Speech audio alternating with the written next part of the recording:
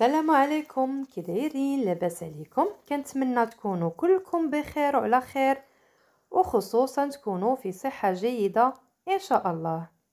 اليوم كيف ما كتشوفوا مع فيديو جديد غادي نحضر معكم كيك ديال الطبقات اللي كيجي لذيذ بزاف، كيجي جد رائع، والكيك ناجح 100%.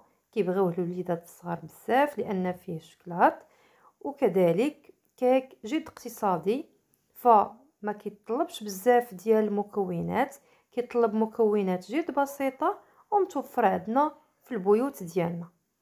كنطلب منكم الى عجبكم لا فيديو ديال اليوم تخليو لي هادوك لي كومونتير الزوينه ديالكم اللي كتشجعوني بها باش نعطي كل ما هو افضل، وما تنسونيش بلي لايك ديالكم، واللي مازال ما تابوناش في لاشين ديالي كنطلب منه انه يتابونا في لاشين. فبقاو معايا باش نوريكم طريقه ديال التحضير ونعطيكم المقادير ديال هاد لو كيك.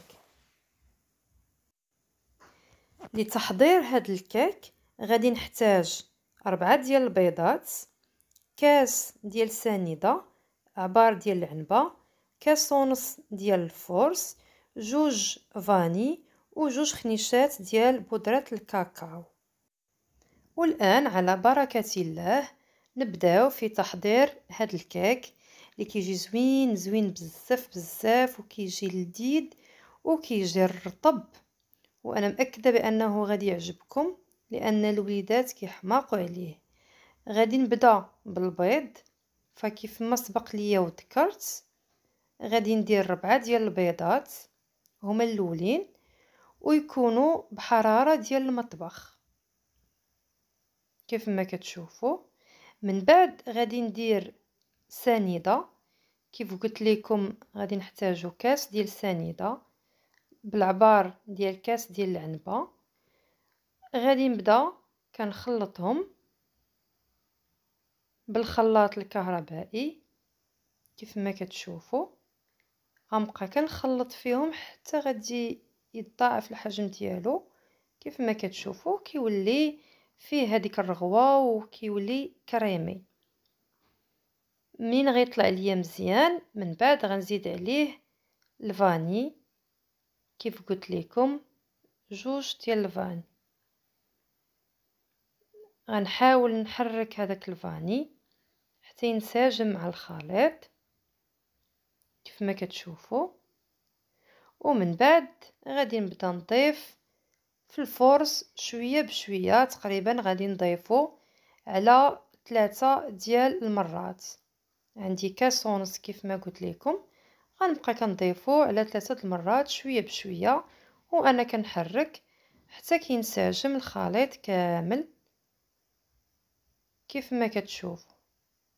من بعد ما انسجم ليا الخليط وكملت الكميه كلها اللي عندي ديال الفورس، فانا غادي نضيف بودرة الكاكاو كيف ما كتشوفوا، وغادي نعاود تاني نخلط الخليط مزيان حتى تندمج ليا هذيك البودرة ديال الشوكولات ويولي عندي لو كيك ديالي جاهز.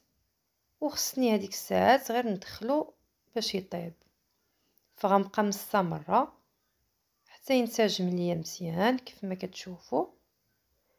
وفي هذا الاثناء انا وجدت المول اللي غادي ندخلو الفران، درت فيه بيان سور شويه ديال الزبده والفورس، رشيته بالفورس، ومن بعد درت فيه لو كيك وغادي نديرو في الفران ونخليه حتى يطيب على خاطرو بدون ما انني نفتح عليه الفران. والان كيف ما كتشوفوا فانا بديت كنخدم في الخليط الاول، الطبقه الاولى اللي غادي نضيفها فوق الكيك فاش غادي يطيب ليا. فانا هنا خديت نص لتر ديال الحليب، درت فيه 2 معالق كبار ديال السنيده وزدت عليه فاني، وغادي نضيف ليه فلون ديال الكراميل كيف ما كتشوفوا معايا. من بعد غادي نحرك هاد العناصر كاملين مع بعضهم في الحليب، وغادي نديرهم فوق البوطه، وغادي نخليهم بشويه فوق النار وانا كنحرك حتى كيعقد ليا الخليط كله. وهذيك الساعات عاد كناخدو باش كنوضعو فوق الكيك. منين جبدت الكيك ديالي من الفران كيف ما كتشوفوا فهو تيجي رائع وكيجي رطب بزاف. خديت شويه ديال الحليب وكنوضعو فوق من لو كيك، وهاد المرحله هي مهمه جدا لان هاد الحليب اللي كنوضعو فوق الكيك كيرطب لينا لو كيك مزيان وما كيبقاش الكيك ناشف، وكذلك كيقدروا ياكلوه حتى الوليدات الصغار. من بعد كيف ما كتشوفوا فالطبقه الاولى ها هي وجدات، فكيف ما كتشوفوا فالخليط كيولي بحال شي خليط كريمي. فانا غادي نوضعه فوق من الكيك وهو مازال سخون باش ما يعقدش ليا.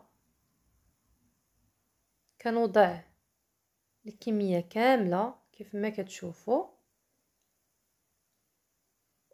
وكنخليها واحد شويه حتى كتبرد، وكنوضعها في الثلاجه حتى كتجمد ليا. بالنسبه للطبقه الثانيه فانا غادي نستعمل 3 ديال الياغورت ديال الشكلاط مع الشكلاط. انا استعملت هنا البيض، الشكلاط ابيض، شويه الشكلاط الابيض، وتقدروا تستعملوا الشكلاط الكحل. انا استعملت هذا اللي متوفر عندي. في واحد الكاسرونه غادي نوضع الشكلاط، القطع ديال الشكلاط، ومن بعد غادي نضيف ليها ياغورت ديال الشكلاط. فانا هنايا غادي نوضع 3، غادي نديرهم فوق نار تكون مهيله، وغادي نبقى كنحرك فيهم حتى كيذوب ليا هذا الخليط، وهو اللي غادي نوضع كطبقه ثانيه. من بعد منين الطبقه الاولى كيف ما كتشوفوا ها هي قبطات في راسها، هنا غادي نوضع الطبقه الثانيه ديال هذاك الشكلاط اللي ذوبت مع ياغورت ديال الشكلاط. انا غادي نضيف واحد شويه ديال الحليب باش ما يجينيش الخليط عاقد وباش يخفف ليا شويه، وفاش نبغي نضيفو ما يعقدش ليا ونقدر نضيفو بسهوله كيف ما كتشوفوا. فهنا غادي نوضع الطبقه الثانيه فوق الطبقه الاولى من بعد ما بردات، وغادي نحاول انني نوضعها على لو كيك كامل ديالي كيف ما كتشوفوا بهذه الطريقه. فكنبقى نسرح هذاك الخليط ديال الشكلاط على لو كيك كامل،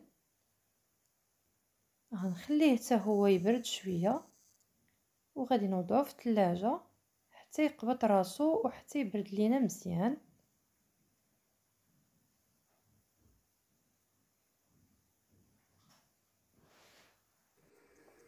فمنين بردت ليا الطبقه الاخيره اللي وضعت فوق الكيك، فانا جبت الكيك من الثلاجه كيف ما كتشوفوا وزينته. وبطبيعه الحال فان التزيين كيبقى اختياري، فكل واحد غادي يزينو على حساب داكشي اللي متوفر عنده.